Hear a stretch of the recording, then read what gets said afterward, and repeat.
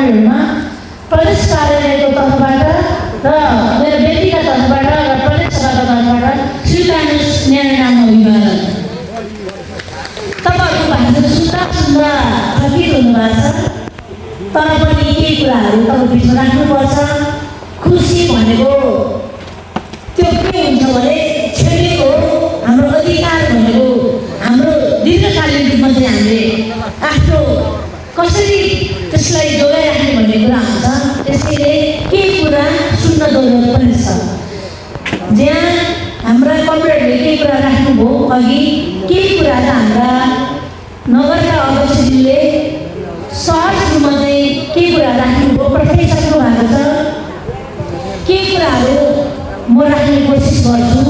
तर पनि समयको बावजुद तपाईँहरूको बिचमा जति तपाईँहरूले अपेक्षा गरेको त्यो हामीले पूर्ण रूपमा दिन सकेनौँ होला। त फेरि बैठकमा फेरि पूर्णले छलफल बस्छ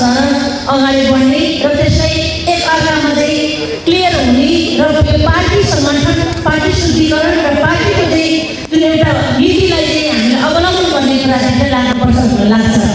त्यसैले आदरणीय कमरेडहरू, जसरी हामी बिचमा हामी महान दलित जनआन्दोलन, मधेस आन्दोलन, अहिले जेन्जी आन्दोलन हुँदै हामी आइपुगेको छ, त्यो बिचमा हजारौँ शहीदहरूले जुन एउटा त्याग गर्नुभयो, हजारौँ घाइते अपाङ्गले त्याग गर्नुभयो, बेपत्ता परिवारले त्याग गर्नुभयो, त्यसको बावजुद आज आएको लोकतान्त्रिक गणतन्त्रलाई सत्तागत गर्नका लागि हामीलाई धेरै चुनौती छ। जसरी अहिले हामी तपाईँको बिचमा धेरै कुराहरू चर्चा परिचर्चा भइरहेको होला। हेर्नु, तिमीहरूको माओवादी पार्टीले झन्डा छोडे, आफ्नो पहिचान छोडे, विरासत छोडे, जस्तो कुराहरू आइरहेको होला तपाईँको बिचमा। तपाईँलाई भ्रम छर्नका लागि यो जे भए पनि जोसँग सही विचार छ, सही नीति नेतृत्व छ, सही नीति छ, सबै चिजको प्राप्त हुन्छ। हिजो हामीले जनआन्दोलन जनयुद्ध हामीले बेलामा 5 जनाले सुरु गरेको यो जनयुद्ध हो। त्यसकै परिस्थिति आज आएर देशमा लोकतान्त्रिक गणतन्त्र, धर्मनिरपेक्षता, समानुपातिक, समावेशी, सबैको चाहिँ जात जातिको सबैको धर्मको आज आएर अधिकारको लागि यहाँ सुनिश्चित गरेको छ। त्यसलाई जोगाउनका लागि, सत्तागत गर्नका लागि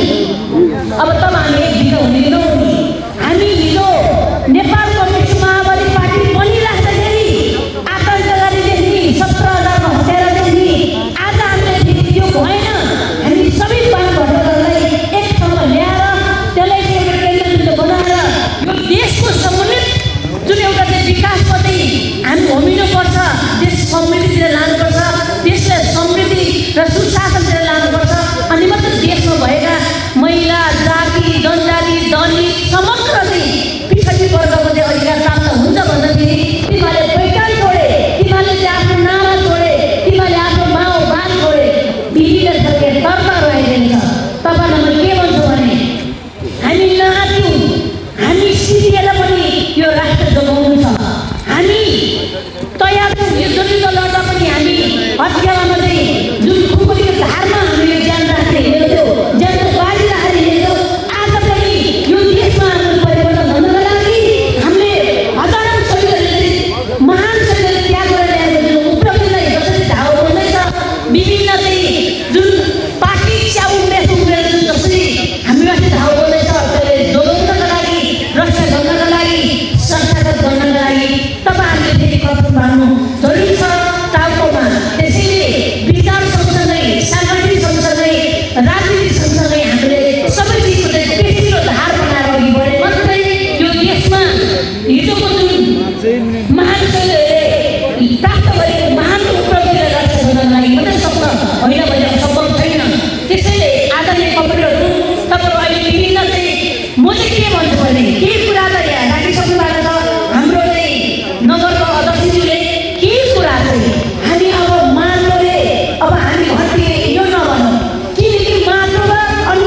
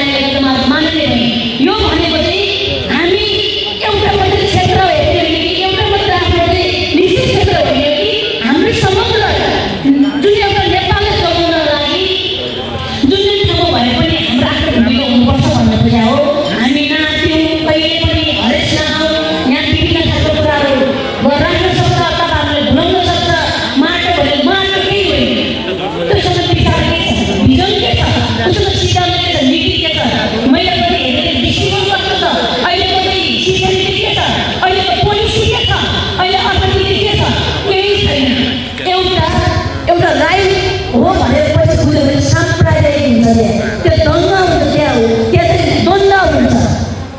त्यसैले म समय छैन धेरै कुराहरू पठाउनु पर्नेछ तर पनि म के भन्छु भने हामी भनेको यो नेपालको खम्बा हो जबसम्म प्रचण्ड रहनुहुन्छ प्रचण्ड जुन एउटा 18 घण्टाको चाहिँ संयोजक भनेर उहाँले देश विदेशदेखि लिएर नेपालको सबै जिल्लामा चाहिँ जसै ढङ्गले उहाँले परेड गर्दै हुनुहुन्छ जुन आह्वान गर्दै हुनुहुन्छ उहाँले एउटा सन्देश गर्दै हुनुहुन्छ यो भनेको समग्र हामी सबैको एउटा चाहिँ प्रतिनिधि गर्ने एउटा पात्र हुनुहुन्छ त्यसैले उहाँसँग सही भिजन छ सही नेतृत्व छ त्यसैले नै हामी अँगालेर अब अघि बढ्नुपर्छ तब मनमा लागेको मात्रै कुराहरू हो हामी जुन दिन तपाईँलाई 875 दिनमा आउँछौँ जुन दिन चुनाव आइपर्छ भने आउँछौँ जुन दिन समय पछाडि आउँछौँ हाम्रो पनि कमजोरी छ त्यसलाई सच्याएर करेक्ट गरेर अघि बढ्नुपर्छ तब हामी भनेको तपाईँको मनमुट हामी हो हाम्रो मनमुट तपाईँ हो एकअर्कामा नम्रमा सम्बन्ध हुनुपर्छ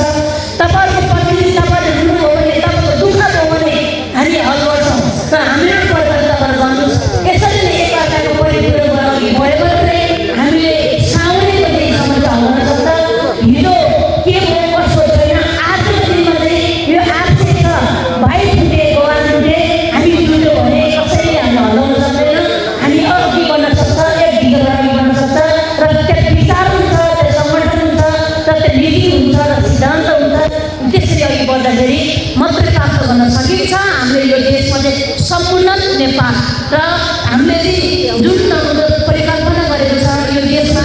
खाद्य भनौँ न चाहिँ शिक्षा नीति कुरा होइन अनि त्यसै गरी चाहिँ अर्थनीतिको कुरा त्यसै गरी चाहिँ खानेपानी सवालमा धेरै कुराहरू छ यहाँ किनकि हामीले अल्पमत गरेपछि हामी सोचे अनुरूप विकास गर्न सकेको छैन यहाँ कति कुराहरू मैले जुझेर ल्याउँछौँ त्यति हुन्छ त्यसलाई चाहिँ कार्यान्वयन गर्नलाई अप्ठ्यारो हुन्छ ठिक छ जब हामी बहुमत हुन्छ जहाँ चाहिँ फेरि 2 कार्यकाल काम गरेर रेलवेजीले त्यहाँ हेर्नुहोस् भरतपुर कस्तो हरभरा बनायो त्यो भएर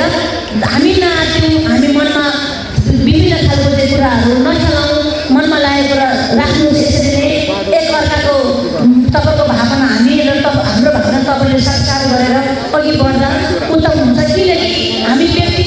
ठुलो होइन हामी सबै मिलेपछि ठुलो हो देश बोलेपछि मात्रै हामी यो देशको नागरिक हो भनेर आनन्दको साथ गर्न सकिन्छ होइन आज सुन्यो भोलि हामी इन्डियन हुन्छ कि पछि हामी अमेरिका हुन्छ कि चाइना हुन्छ कि यो गाह्रो छ त्यसैले अझै हामीले अध्ययन गरौँ छलफल गरौँ